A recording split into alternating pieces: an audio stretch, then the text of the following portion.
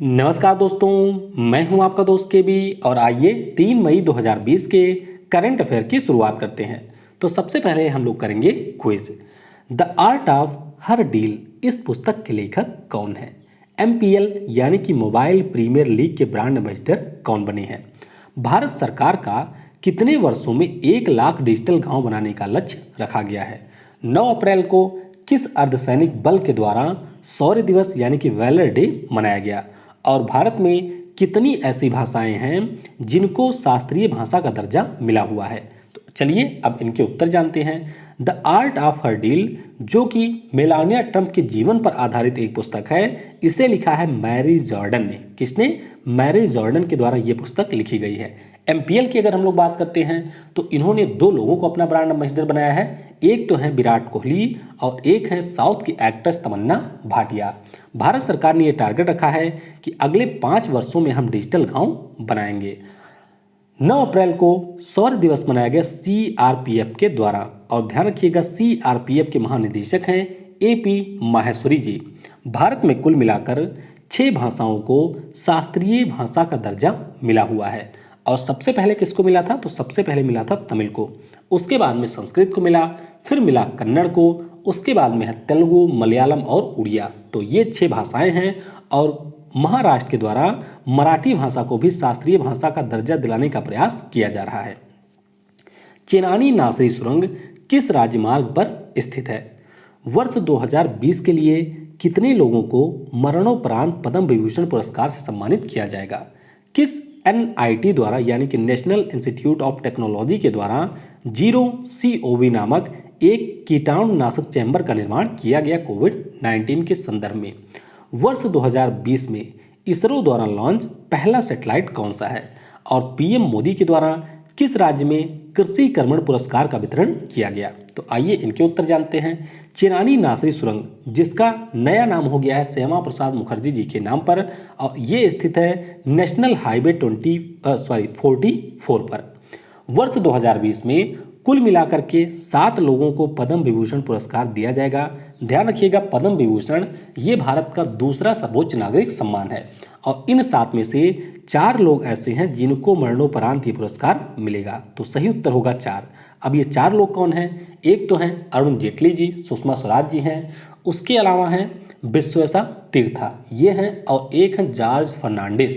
तो इन लोगों को मरणोपरांत मिलेगा। इसके अलावा अनिरुद्ध जगन्नाथ, मैरी कॉम और चन्नू लाल मिश्रा, इन लोगों को भी इस वर्ष पद्म विभूषण पुरस्कार से सम्मानित किया जाएगा। जीरो सीओवी नाम का जो कीटाणुनाशक चैम्बर है, इसे एनआईटी कर्नाटक के द्वारा बनाया गया। 2020 में इसरो ने जो पहला सैटेलाइट लॉन्च किया, इसका नाम है GSAT-30। क्या नाम है? GSAT-30। और अभी इसरो के द्वारा एक और लॉन्च किया जाना था जिसका नाम है GISAT-1। इसे टाल दिया गया, कुछ तकनीकी खराबियां थी जिसके कारण इसे टाल दिया गया। ध्यान रखिएगा कि ये जो GSAT-30 है, इसे इसरो ने भारत से नहीं लॉन्च किया, इसे इन्होंने फ्रेंच गयाना से लॉन्च किया था और एरियन 5 नाम का जो रॉकेट है उसका इसमें प्रयोग किया गया था। पीएम मोदी के द्वारा कृषि कर्मण पुरस्कार कर्नाटक के टुमकुरू से दिए गए। कहां से? कर्नाटक के टुमकुरू से दिए गए थे कृषि कर्मण पुरस्कार। सेबेस्टियन कुर्ज किस देश के चांसलर हैं? भारत द्वारा निर्मित पहला स्वदेशी एयरक्राफ्ट कैरियर कौन सा है? 2020 में जो राष्ट्रीय खेल होंगे गोवा में, इसका शुभंकर क्या है? गिन्नी रोमती किस कंपनी की पूर्व सीईओ थी? भारत द्वारा विकसित भारतीय क्षेत्रीय संचालन सैटेलाइट सिस्टम यानी कि Indian regional navigation satellite system का नाम क्या है? तो आइए अब इनके उत्तर जानते हैं। सेबेस्टियन कुर्ज की बात करते हैं तो ये ऑस्ट्रिया के नए चांसलर बने हैं। तो कहाँ के हैं ये? ऑस्ट्रिया के नए चांसलर। भारत द्वारा निर्मित जो पहला स्वदेशी एयरक्राफ्ट कैरियर है, इसका नाम है INS विक्रांत।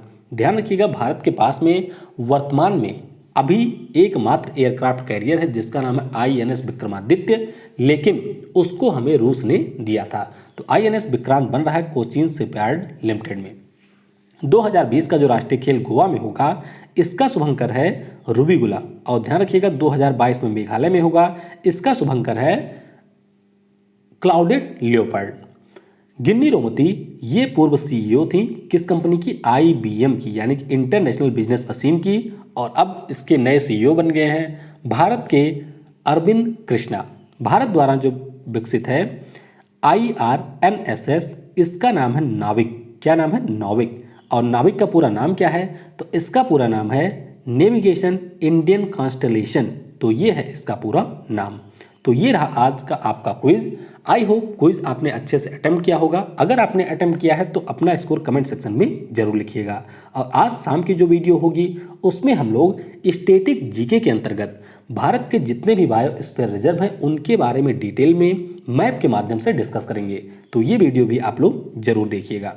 चलिए अब वुहान वायरस अपडेट ले लेते हैं। दुनिया में इस समय तक 34,59,000 से ज़्यादा लोग इससे संक्रमित हो चुके हैं। 2,43,000 से ज़्यादा लोगों की यहाँ पर डेथ हो चुकी है। अगर हम लोग बात करते हैं यूएसए देश की, तो यहाँ पर अकेले 66,000 से ज़्यादा लोगों की डेथ इस वायरस के कारण हुई है। सबसे ज़्यादा प्रभावित देशों में यूएसए पहले स्थान पे है, स्पेन है दूसरे और इटली है तीसरे स्थान पे। भारत की अगर हम लोग बात करें तो भारत की स्थिति भी आप सही नहीं कह सकते हैं। कल मैंने आपको बताया था कि 2300 से ज़्यादा मामले आए थे और आज यहाँ पर कुल मिलाकर के 39,000 से ज़्यादा नए मामले देखने को मिले हैं। 1300 से ज़्यादा लोगों की अपने देश में डेथ भी हो चुकी है। महाराष्ट्र यहाँ पर है पहले स्थान पे, तमिलनाडु है दूसरे और दिल्ली है तीसरे स्थान पर। और ऐप अगर आपने डाउनलोड नहीं किया है तो ऐप को डाउनलोड जरूर कर लें, और अगर आपने डाउनलोड किया है तो इसको अपडेट भी जरूर कर लें। तो यहाँ पर अब आपको डेली क्विज मिला करेगी, डेली की डेली। कुछ प्रॉब्लम थी वो सारी चीज़ें अब फिक्स कर दी गई हैं। इसके अलावा आप करंट अफेयर को यहाँ पर पढ़ भी सकते हैं और PDF भी आपको डिटेल में यहाँ पर डेली मिला करेगी। तो ये सारी चीज़ें आप यहाँ से डाउनलोड कर सकते हैं। साथ ही साथ जल्द ही आपको वेबसाइट भी मिल जाएगी। तो जो लोग ऐप में कंफर्टेबल ना हो वह लोग वेबसाइट पर भी विजिट करके सारी चीज़ें वहाँ से प्राप्त कर सकते हैं। और वीडियो अगर आपको पसंद आता है तो वीडियो को लाइक जरूर किया करें। चलिए शुरुआत करते हैं आज के करंट अफेयर की। 1 मई 2020 को ई-नैम यानी कि इलेक्ट्रॉनिक नेशनल एग्रीकल्चर मार्केट, इस प्लेटफॉर्म में कितनी नई मंडियों को जोड़ा गया? तो यहाँ पर 200 नई मंडियों को जोड़ा गया है और अब कुल मंडियों की संख्या पहुंच चुकी है 785। तो 7 राज्यों से 200 मंडियों को जोड़ा गया। यहाँ पर आपको एक चीज़ ध्यान रखना है कि पहली बार ऐसा हुआ है कि कर्नाटक राज्य की किसी मंडी को ई-नैम प्लेटफॉर्म से जोड़ा गया है।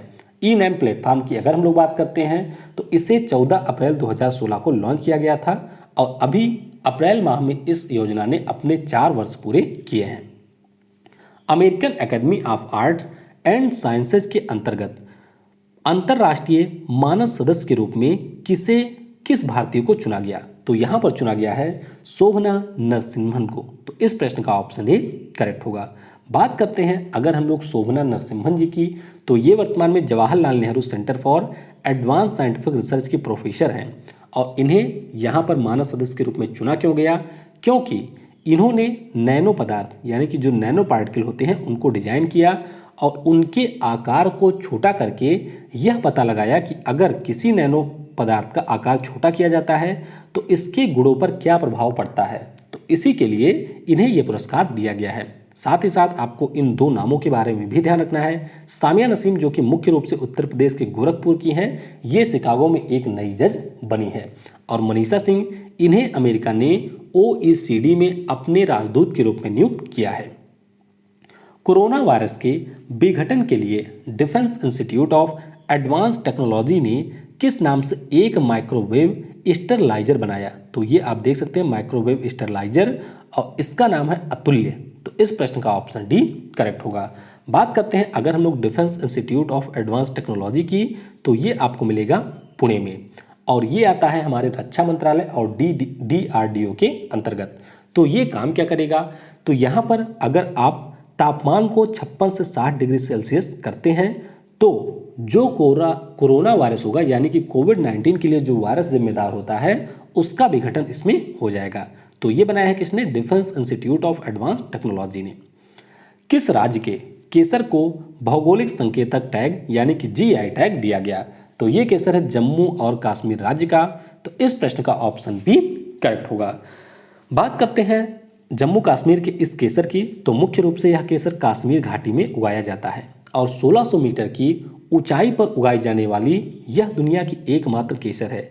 इसमें एक एलिमेंट मिलता है जिसका नाम है क्रोसिन। तो इसकी उच्च मात्रा होती है इसमें, जिसके कारण इसका एक यूनिक कलर होता है और इसकी अच्छी बात यह है कि बिना किसी रसायन के इसे संसाधित किया जाता है, यानी कि रसायन का प्रयोग इसको संसाधित करने में बिल्कुल नहीं किया जाता है। कल हम लोगों ने 3 चीज़ों के बारे में डिस्कस किया था जिन्हें जीआई टैग मिला है, तो आइए उनको रिवाइज कर लेते हैं। एक तो आपका था गोरखपुर टेराकोटा जो कि उत्तर प्रदेश का है, एक है ब्लैक राइस जो कि है मणिपुर का, और एक है कदलाई मितई जो कि एक चिक्की है, इसके लिए मिला है तमिलनाडु को। तो ये आपको ध्यान रखने हैं। इस वर्ष गोवा का भी एक पदार्थ है जिसे जीआई टैग मिला है, उसका नाम आपको नीचे कमेंट सेक्शन में बताना है।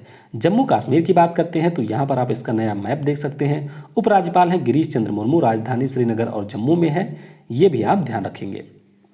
प्रत्येक वर्ष विश्व ट्यूना दिवस यानी कि वर्ल्ड ट्यूना डे कब मनाया जाता है, तो ये दिवस होता है 2 मई को। तो इस प्रश्न का ऑप्शन डी करेक्ट होगा। बात करते हैं अगर हम लोग विश्व ट्यूना दिवस की, तो संयुक्त राष्ट्र के द्वारा ट्यूना मछली के बारे में लोगों को जागरूक करने के लिए और इसका क्या महत्व है इसे बढ़ाने के लिए मनाया जाता है। इसकी घोषणा यूएनजीए के द्वारा 2016 में की गई थी। और कल हम लोगों ने डिस्कस किया था कि जो हमारा संयुक्त राष्ट्र है इसमें भारत के नए अस्थायी प्रतिनिधि कौन बने हैं, टीएस तिरुमूर्ति जी। तो इनका नाम भी आपको ध्यान रखना है, सैयद अकबरुद्दीन जी का इन्होंने स्थान लिया है। सीएसआईआर की किस लैब ने किसान सभा नामक ऐप को लॉन्च किया, तो सीएसआईआर की एक लैब है जिसका नाम है central road research institute, Delhi में स्थित है। इसके द्वारा किसान सभा नाम का ऐप लॉन्च किया गया। तो इस प्रश्न का ऑप्शन सी करेक्ट होगा। अब इस ऐप का काम क्या है, तो इस ऐप का काम मुख्य रूप से है कि जो किसान हैं इनके माल को खरीदने वाले से डायरेक्ट इनको जोड़ दिया जाए, बीच में बिचौलिए ना आने पाए। तो इसी के लिए इसे लॉन्च किया गया है।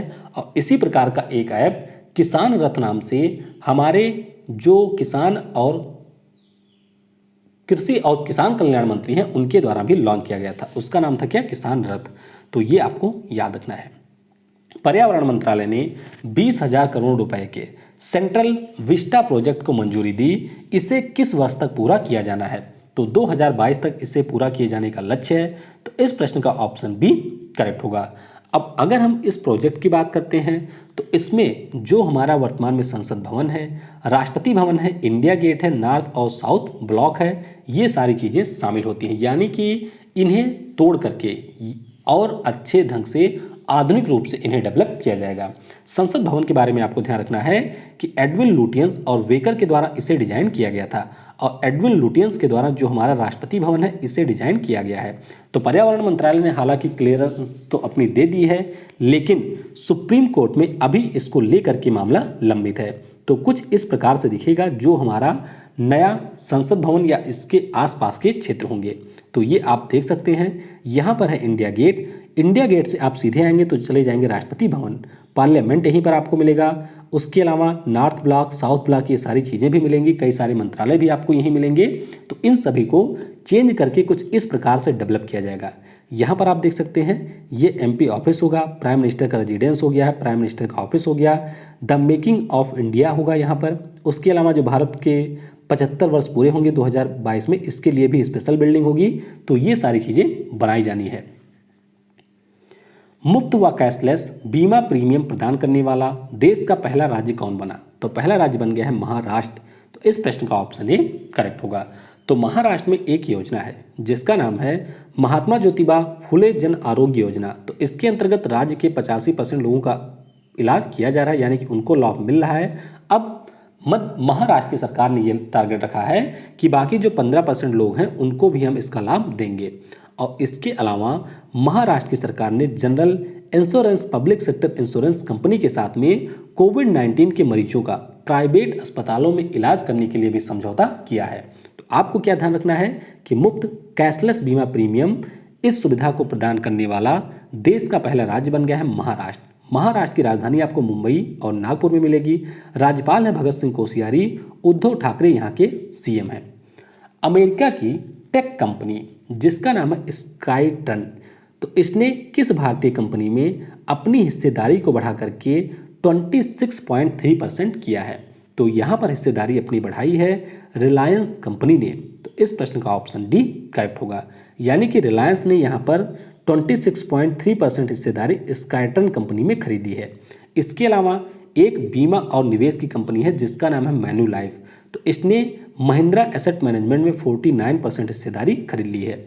इसके अलावा कुछ अन्य आपको ध्यान रखने हैं, जैसे कि एचडीएफसी ने जो स्पाइस जेट है उसमें हिस्सेदारी खरीदी है। बात करते हैं रिलायंस जियो की, तो इसमें फेसबुक ने खरीदी है। पीपल्स बैंक ऑफ चाइना है, चीन का सेंट्रल बैंक, इसने भी एचडीएफसी में खरीदी है। और कल हम लोगों ने डिस्कस किया था कि जो मैक्स लाइफ इंश्योरेंस है इसने खरीदी है कहाँ पर, एक्सिस बैंक में। तो ये सारे कुछ हिस्सेदारियां खरीदी गई हैं जिनके बारे में आपको ध्यान रखना है।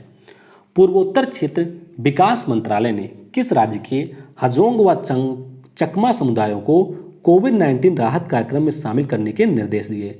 तो ये जो समुदाय हैं इन्हें अभी कोविड-19 राहत कार्यक्रम में शामिल नहीं किया गया था। अब पूर्वोत्तर क्षेत्र विकास मंत्रालय के द्वारा अरुणाचल प्रदेश की सरकार को ये निर्देश दिए गए हैं कि इन समुदाय के लोगों को भी शामिल किया जाए। अब इन दोनों समुदाय के लोगों की बात करते हैं तो ये मुख्य रूप से बांग्लादेश के हैं। 1964 में उस समय का जो पूर्वी पाकिस्तान था वहां से इन लोगों ने पलायन कर दिया था, क्योंकि ये लोग मुख्य रूप से बौद्ध और हिंदू धर्म में आते हैं। तो इनके खिलाफ वहां पर कुछ अच्छा नहीं हो रहा था, यानी कि वहां पर मुस्लिम कम्युनिटी ज़्यादा थी, तो इसीलिए ये लोग छोड़ करके भाग आए थे। तो लगभग इस समय पूरे भारत में 1 लाख इन दोनों समुदाय के लोग हैं और इनमें से 25,000 आपको मिलेंगे अरुणाचल प्रदेश में। तो इसीलिए केंद्र सरकार ने यह निर्देश दिया है यहाँ के सीएम पेमा खांडू को कि इन लोगों को भी कोविड-19 राहत कार्यक्रम में शामिल किया जाए। अरुणाचल प्रदेश की अगर हम लोग बात करते हैं तो यहाँ की राजधानी आपको मिलेगी ईटानगर में और जगदीश बी डी मिश्रा यहाँ के राज्यपाल हैं। महान पुरातत्वविद बीबी लाल के जीवन पर आधारित प्रोफेसर बीबी लाल इंडिया रीडिस्कवर्ड की ई बुक किसने लॉन्च की? तो ये लॉन्च की है प्रहलाद सिंह पटेल ने।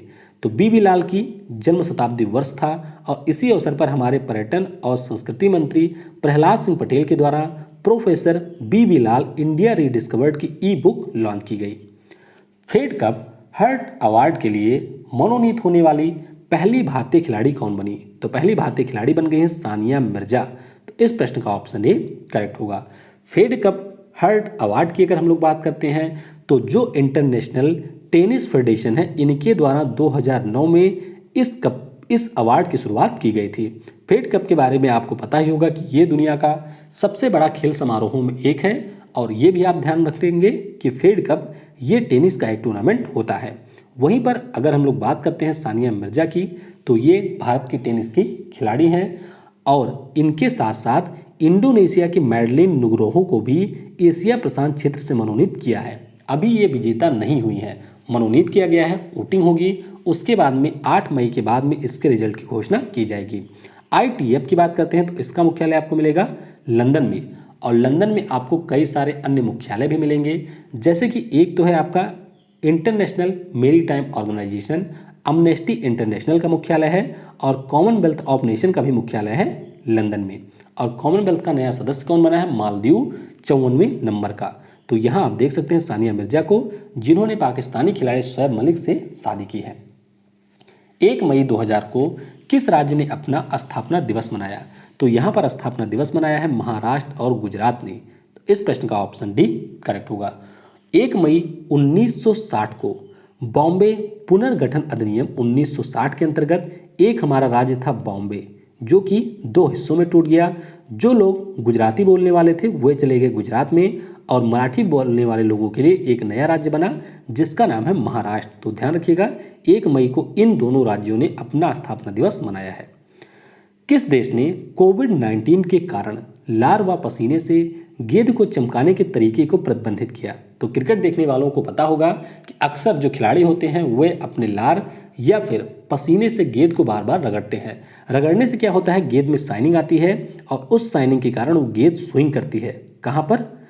बॉलर के द्वारा फेंकने पर। तो ये प्रतिबंधित कर दिया है ऑस्ट्रेलिया की सरकार ने। ऑस्ट्रेलिया वाले वैसे भी ज़्यादा करते हैं, तो इस प्रश्न का ऑप्शन बी करेक्ट होगा। तो ऑस्ट्रेलिया ने कहा है वहाँ की सरकार ने कि जब कोविड-19 के बाद में लॉकडाउन शुरू होगा, रोज़मर्रा की चीज़ें शुरू हो जाएंगी, तो उसके बाद में जो भी मैच होंगे वहाँ पर किसी भी खिलाड़ी को लार और पसीने के माध्यम से गेंद को नहीं चमकाना है। ऑस्ट्रेलिया की राजधानी कैनबरा में है, मुद्रा है डॉलर, पीएम है स्कॉट मॉरिसन और कोविड सेफ नाम का एक ऐप ऑस्ट्रेलिया ने लॉन्च किया है। ग्लेनमार्क फार्मास्यूटिकल्स को drug controller general of India ने कोविड-19 के मरीजों के इलाज के लिए किस दवा के प्रयोग को मंजूरी दे दी है आधिकारिक रूप से? तो ये दवा है फेविपिरवीर। तो इस प्रश्न का ऑप्शन सी करेक्ट होगा। ग्लेनमार्क फार्मास्यूटिकल्स की बात करते हैं तो ये मुंबई में स्थित है, और फेविपिरवीर की बात करते हैं तो यह एक एंटीवायरल ड्रग है। तो जापान ने सबसे पहले इसका प्रयोग किया कोविड-19 के मरीजों के इलाज के लिए। बाद में कई सारे अन्य देशों के द्वारा भी इसका प्रयोग किया जा रहा है। तो ग्लेनमार्क फार्मास्यूटिकल्स भारत की पहली कंपनी बन गई है जिसको ये अनुमति मिली है। वहीं पर अगर हम लोग इस दवाई की बात करते हैं तो जापान की एक कंपनी है जिसका नाम है फ्यूजीफिल्म टोयामा केमिकल। इनके द्वारा एविगन ब्रांड के नाम से फेविपिरवीर नाम के दवा का निर्माण किया जा रहा है। रंग भेद के खिलाफ संघर्ष करने वाले किस देश के कार्यकर्ता डेनिस गोल्डबर्ग का निधन हुआ? तो डेनिस गोल्डबर्ग ये नेल्सन मंडेला के सहयोगी थे। तो कहां से थे? दक्षिण अफ्रीका से। तो इस प्रश्न का ऑप्शन ए करेक्ट होगा। आखिरी प्रश्न है, ऑस्ट्रिया में भारत के राजदूत के रूप में किसे नियुक्त किया गया? तो यहां पर नियुक्ति की गई है जयदीप मजूमदार की। तो इस प्रश्न का ऑप्शन डी करेक्ट होगा। इसके अलावा कुछ अन्य नियुक्तियां भी हुई हैं अभी 2 दिनों के भीतर ही।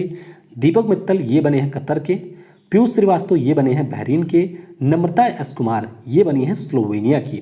बात करते हैं अगर हम लोग ऑस्ट्रिया की, तो इसकी राजधानी वियना में है, जहां पर आपको इंटरनेशनल एटॉमिक एनर्जी का मुख्यालय मिलेगा। साथ ही साथ आपको ओपेक देशों का मुख्यालय भी मिलेगा वियना में। राष्ट्रपति हैं अलेक्जेंडर वेलेन और मुद्रा यहाँ की है यूरो। ये आप ऑस्ट्रिया के लोकेशन देख सकते हैं जो कि Germany, Switzerland, Italy, Slovenia, Hungary, Slovakia और चेक के साथ में अपनी सीमाएं बनाता है। स्लोवेनिया के भी नए बने हैं, इसकी राजधानी है जाग्रेब। चलिए अब कल के प्रश्नों के उत्तर जानते हैं। मिडनाइट इन चेर्नोबिल इस पुस्तक को लिखा है एडम हिगिंबॉटम ने, जिन्हें इस वर्ष विलियम ई कोल्बी पुरस्कार से सम्मानित किया जाएगा। 2019 के लिए क्रिस्टोफर मार्टिन जेकिंस अवार्ड मिला था न्यूजीलैंड की क्रिकेट टीम को। तो ध्यान रखिएगा ये क्रिकेट के क्षेत्र में दिया जाने वाला अवार्ड है। बायो वैक्यूम टॉयलेट वाली भारत की पहली ट्रेन कौन बनी है? तो ये बन गई है कालका दिल्ली शताब्दी। ऑपरेशन वेनिला में शामिल नौसेना का जहाज क्या था? तो इस जहाज का नाम था INS ऐरावत और ये था मेडागास्कर देश के लिए। अभी 2020 में 100 वर्ष किसने पूरे किए हैं? तो ये पूरा किया है मूक नायक समाचार पत्र ने, जिसे हमारे संविधान के जनक BB अम्बेडकर जी के द्वारा शुरू किया गया था। चलिए आज की वीडियो से आपके लिए प्रश्न है, केंद्र सरकार ने कितने लघु वन उपज के लिए न्यूनतम समर्थन मूल्य यानी कि MSP में वृद्धि की घोषणा की? ICC अंडर-19 विश्व कप किसने जीता? जफर 1 किस देश की सैटेलाइट है? भारतीय सेना द्वारा निर्मित दुनिया के सबसे सस्ते गन शॉट लोकेटर का नाम क्या है?